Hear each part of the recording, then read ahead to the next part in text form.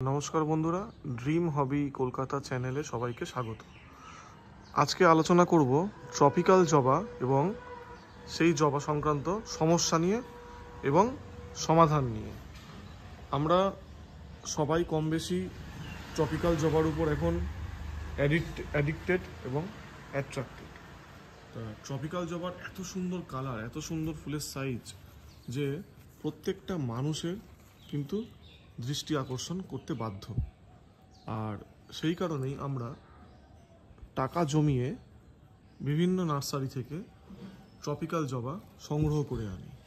কেউ বসাই জমিতে, কেউ বসাই টবে, কেউ বা গ্রো ব্যাগে। এরকমভাবে আমরা ট্রপিক্যাল জবাগুলো সংগ্রহ করে বসাতে শুরু করি এবং পরিচর্যা শুরু করে দিই। এবং সঙ্গে সঙ্গে প্রচুর সমস্যাও কিন্তু চলে আসে আমাদের ট্রপিক্যাল জবাতে। সেই সমস্যাগুলো কি কি ধরে ধরে আজকে আলোচনা করব, যেগুলো আমি ফেস করেছি, এখনও করছি, সমস্যা হচ্ছে এবং সমস্যা থেকে সমাধানের রাস্তা আপনাকে নিজেকেই বার করতে হবে বিভিন্ন রকম জিনিস অ্যাপ্লাই করে বা সিনিয়রদের সঙ্গে কথা বলে। তা চলুন বন্ধুরা, আজকে সেটাই আলোচনা করব, ট্রপিক্যাল জবা করতে গিয়ে কী কী সমস্যা হয় এবং সেই সমস্যার সমাধানগুলো আজকে আমরা আলোচনা করব। ট্রপিক্যাল জবা আমরা টবে বা জমিতে বসানোর পর আমরা বুঝতে পারি না যে কি খাবার অ্যাপ্লাই করব। কারণ আমরা যখন মাটিতে বসাই সেই মাটিটা কিন্তু আমরা অনেক আগে তৈরি করে রাখি না, দিন 5-7 আগে তৈরি করি বা ইনস্ট্যান্ট মাটিতে বসিয়ে দিই কিছু খাবার দিয়ে। সেটা একটা বড় ভুল। আর যারা সিন্ডারে বসাচ্ছি সেই সিন্ডারে সিভিড গ্রানুলস দিয়ে বসিয়ে দিই। কিন্তু ব্যাপার হচ্ছে ট্রপিক্যাল জবা সব থেকে বড় ব্যাপার হচ্ছে যে খাবারটা বেশি দিন খাবার না দিলে, অথবা খাবার যদি বেশি দিয়ে দিই বা কম দিনের গ্যাপে যদি দিয়ে দিই, দুটো ক্ষেত্রেই প্রবলেম। আমরা ট্রপিক্যাল জবা যদি একটা নির্দিষ্ট টাইম মেনটেন করে খাবার না দিই, তাহলে কিন্তু খাবারের অভাবে, পুষ্টির অভাবে গাছের পাতা প্রচুর হলুদ হয়ে ঝরায়। একটা নির্দিষ্ট টাইম মেনটেন করে আপনাকে গাছে খাবার দিতে হবে। সেটা বর্ষাকালে তো কোনো জৈব খাবার দেওয়া যাবে না, বর্ষাকালে আপনাকে একটা অনুখাদ্য স্প্রে করতে হবে মাসে 2বার, সাথে সুপার সোনাটা কাকা, এই 3টে কন্টিনিউয়াস স্প্রে করে যেতে হবে। আর গরমকালে কিন্তু আপনাকে 10 দিনের গ্যাপে গ্যাপে বা 12 দিনের গ্যাপে গ্যাপে বাদাম খোলের জল, 10 থেকে 12 দিনের গ্যাপে গ্যাপে বাদাম খোলের জল, এটা কন্টিনিউ করতে হবে। কন্টিনিউ না করলে কিন্তু হবে না।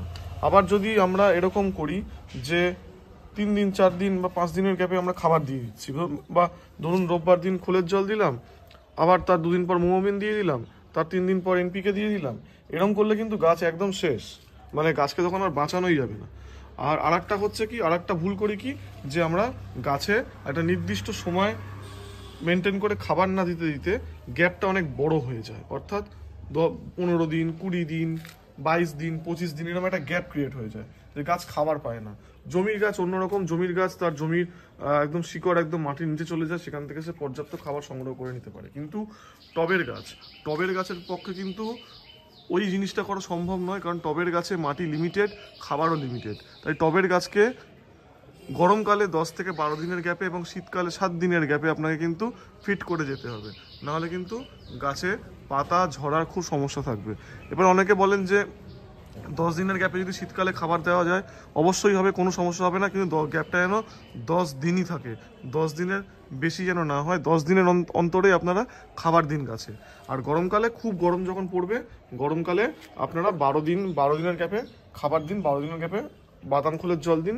আর শীতকালে সর্ষের খোলের জল দিন, কারণ সর্ষের খোলটা অনেক হিট জেনারেট করে।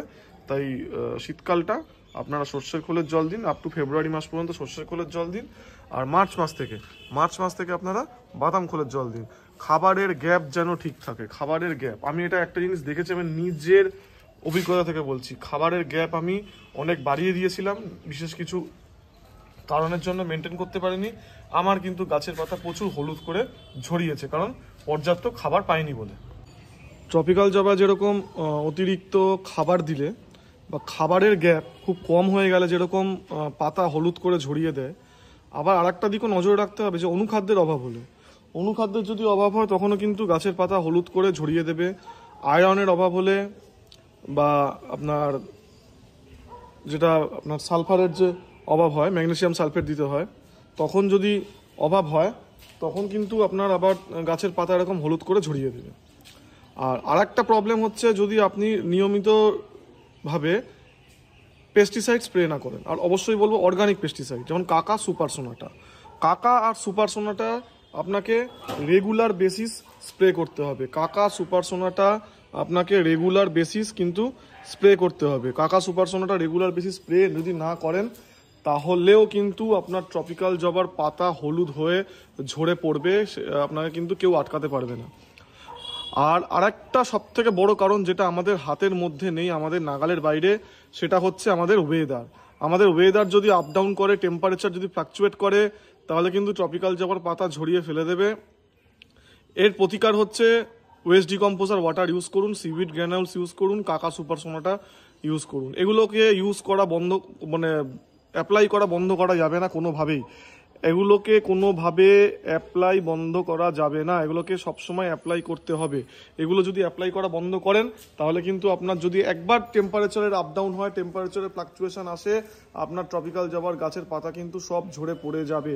আমার কিন্তু এই বছর একটু গাফিলতি হয়েছিল এই ওয়েস্ট ডিকম্পোজার ওয়াটার এবং দিতে এবং খাবারের গ্যাপটা মেনটেন করতে। খাবারের গ্যাপ অনেক দিন হয়ে গেছিলো, যে কারণে কিন্তু আমার ট্রপিক্যাল জবার অনেক গাছের পাতা কিন্তু হলুদ হয়ে ঝরিয়েছে।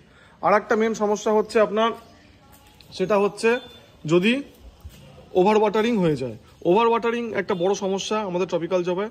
যদি ওভার ওয়াটারিং হয় তাতেও আপনার পাতা ঝরাবে, যদি আন্ডার ওয়াটারিং হয় তাতেও আপনার পাতা ঝরাবে। তাই ওভার ওয়াটারিংও করা যাবে না, আন্ডার ওয়াটারিংও করা যাবে না। আপনাকে বুঝে, মিডিয়া বুঝে আপনাকে কিন্তু জলটা দিতে হবে। এই এতগুলো সমস্যা ট্রপিক্যাল জবা করতে গেলে, এই সমস্যাগুলোকে সমাধান করতে গেলে আমি যেভাবে বললাম সেইভাবেই কিন্তু আমাদেরকে চলতে হবে, নাহলে কিন্তু ট্রপিক্যাল জবার পাতা ঝরবে। এবার আপনারা প্রশ্ন করবেন যে তাহলে কি আমার ট্রপিক্যাল জবার পাতা ঝরছে না? হ্যাঁ ঝরছে, প্রচুর পরিমাণে ঝরছে। এই দেখুন হলুদ হয়ে গেছে, এখানে একটা বড় পাতা হলুদ হয়ে গেছে। এবার এগুলো হলুদ হবে, কিছু করার নেই।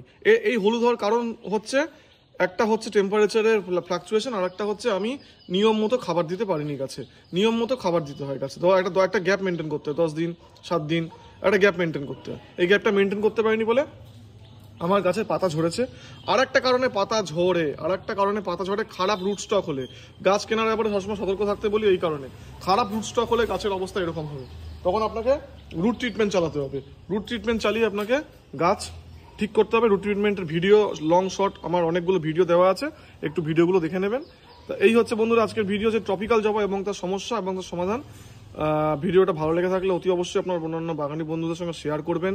ভিডিওটা একটু লেন্দি হয়ে গেল, আর চ্যানেলে নতুন আসলে অবশ্যই সাবস্ক্রাইব করে চ্যানেলটির পাশে থাকবেন। আপাতত ভিডিও এখানেই শেষ করছি, খুব তাড়াতাড়ি দেখা হবে আপনার সঙ্গে। সবাই ভালো থাকবেন, সুস্থ থাকবেন।